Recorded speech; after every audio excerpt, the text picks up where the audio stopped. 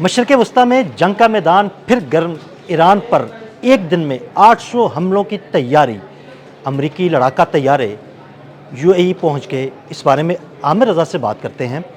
आमिर भाई, पूरी प्लानिंग उन्होंने कर ली है, यूएई से हमले करने का सोचा जा रहा है, उनके लड़ाका तैयारे भी उधर पहुंच रहे हैं और ये कहा जा रहा है कि एक दिन में 800 हमले करेंगे।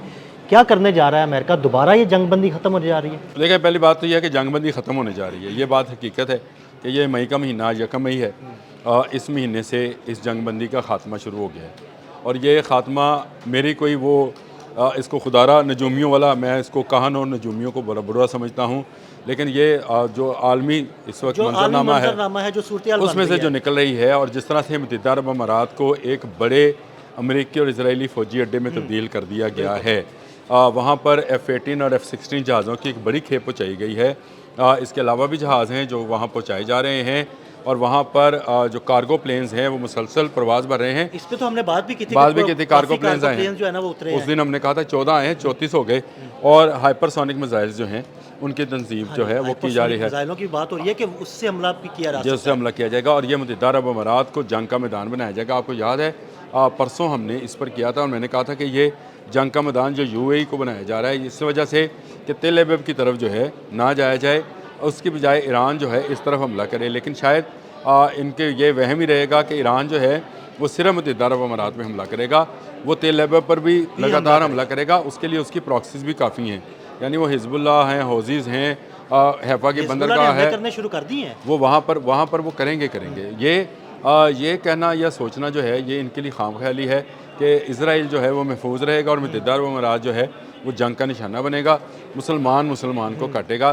ठीक है कि जहाँ से हमला होगा वहाँ पर ईरान ज़रूर हमला करेगा। अब ये कहा जा रहा है कि रोज़ाना 800 फ़ज़ाई हमले करने की सलाहियत हासिल कर रहा है अमेरिका, ताकि ईरान पर वंस फॉर एवर जो है फतवा हासिल कर ली जाए। ये भी एक खाम ख्याली में समझें इसको कि ये बहुत सारी ताकतें जो हैं वो अमेरिका को मज़ीद इसमें जंग में फंसाती चली जा रही हैं।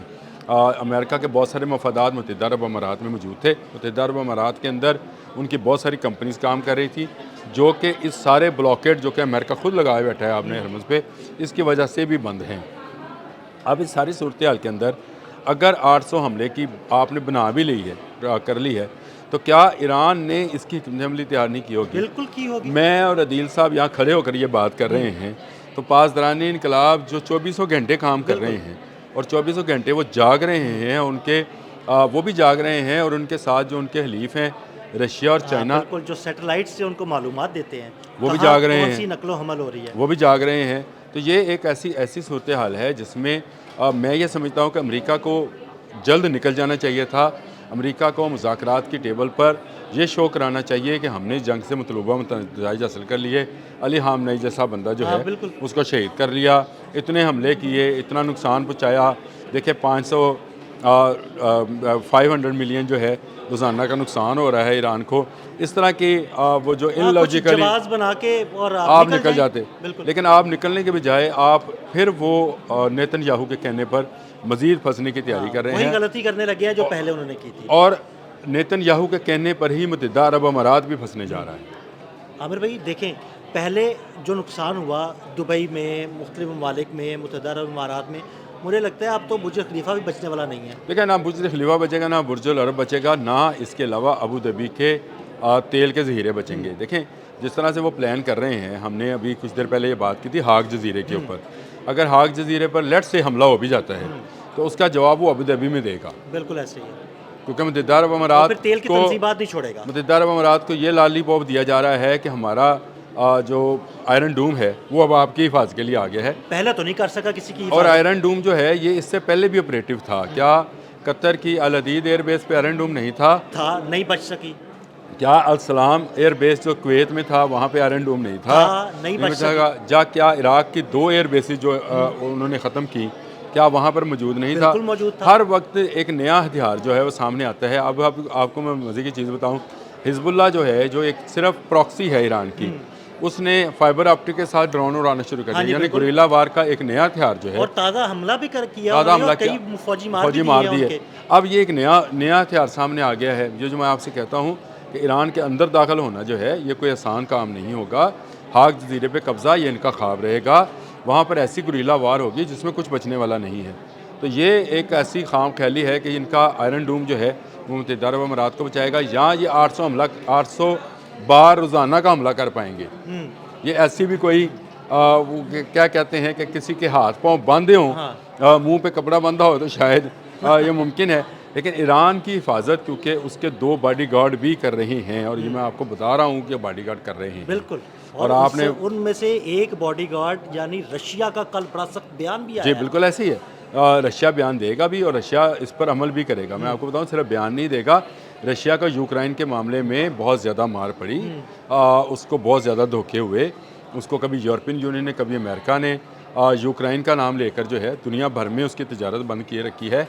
अब उसके हाथ में मौका आया है, वो अफ़गानिस्तान में मार खा के गया था, उसने अफ़गानिस्तान में अमेरिका को ही जो है मार पड़वाई। अब वो समझता है, अब वो समझ रहा है कि आपने हरमज़ जो है ये इसके लिए मौत का कुआं बन जाएगा, तो ये वो इस्तेमाल करेगा। दूसरी तरफ चीन है, चीन बिल्कुल इस जंग से बाहर रहकर वो इस पानी का कंट्रोल से मदद कर रहा है, वो कर रहा है। वो एक तो देखें उसने बाइडू अपना सिस्टम दे रखा है, जिसकी वजह से ये जो अमेरिकन ट्रैकर्स हैं वो ट्रैक नहीं कर पा रहे हैं। ये बड़ी प्रॉब्लम है, और ये ट्रैक सिर्फ उनको नहीं कर पा रहे हैं। मज़े की दिलचस्प बात यह है कि IDF जो इजरायली डिफेंस फोर्सेस वाले हैं वो हिजबुल्लाह को भी ट्रैक नहीं कर पा रहे हैं। हाँ जी, अब देखें ना, धागे से बंदा ड्रोन आ गया फाइबर ऑप्टिक से, वो नज़र ना आने वाला एक धागा है, और ये गुरीला वार में एक नई जंग है। इसी जंग को लेकर ईरान जो है, ईरान तैयारी किए बैठा है। ईरान को पता है कि अबू धाबी में ऑयल डिपोज़ कहाँ हैं, ईरान को पता है कि इनके रडार्स, इनकी चीज़ें कहाँ पे हैं। ये बिल्कुल खाम ख्याली है कि ये आयरन डूम जो है इसकी हिफाजत कर लेगा, और ये 800 जहाज़ रोज़ाना की बुनियाद पर उड़ाएंगे, और ये हमलावर भी हो जाएंगे, और हमलावर होने के बाद ये ईरान पर कब्ज़ा भी कर लेंगे। ये सारा का सारा ही सिर्फ इसको ये समझा जाए कि फैंटेसी है। बिल्कुल, ये इनकी एक इनका ख्वाब ज़रूर हो सकता है। इसको अमली जामा पहनाने में ये इनके दांतों तले पसीना आना है, और अभी इनके पाँव उखड़ने हैं। मुत्तहिदा अरब अमीरात वालों के मज़ीद पाँव उखड़ेंगे जब सऊदी अरब और बाकी ममालिक जो हैं, जिस तरह से ये अलग हुआ है ओपेक से, वो भी इससे अलग थलग होने का ऐलान करेंगे। उसके बाद मुत्तहिदा अरब अमीरात रह जाएगा, इजराइल रह जाएगा, अमेरिका रह जाएगा। तो ये 3 मुल्क जो हैं ये अलग हो जाएंगे। ये मेरा ख्याल है कि ये इसके लिए ज़्यादा ख़तरनाक है। 800 जहाज़ों का हमला, मैं अभी भी कह रहा हूँ, ये फैंटेसी है, ये बच्चों की कहानी है, ये टार्ज़न के कारनामे हैं, ये इस तरह की चीज़ हो सकती है, ये मुमकिन नहीं है। और अहमकों की हाँ, जन्नत। ये क्योंकि इनकी एयर बेसिस जो हैं वो उनके निशाने पर हैं।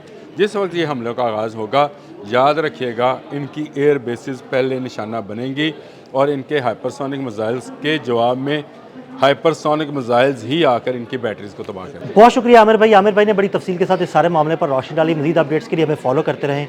अदील अहमद और आमिर रज़ा खान को इजाज़त दीजिएगा। अल्लाह हाफ़िज़।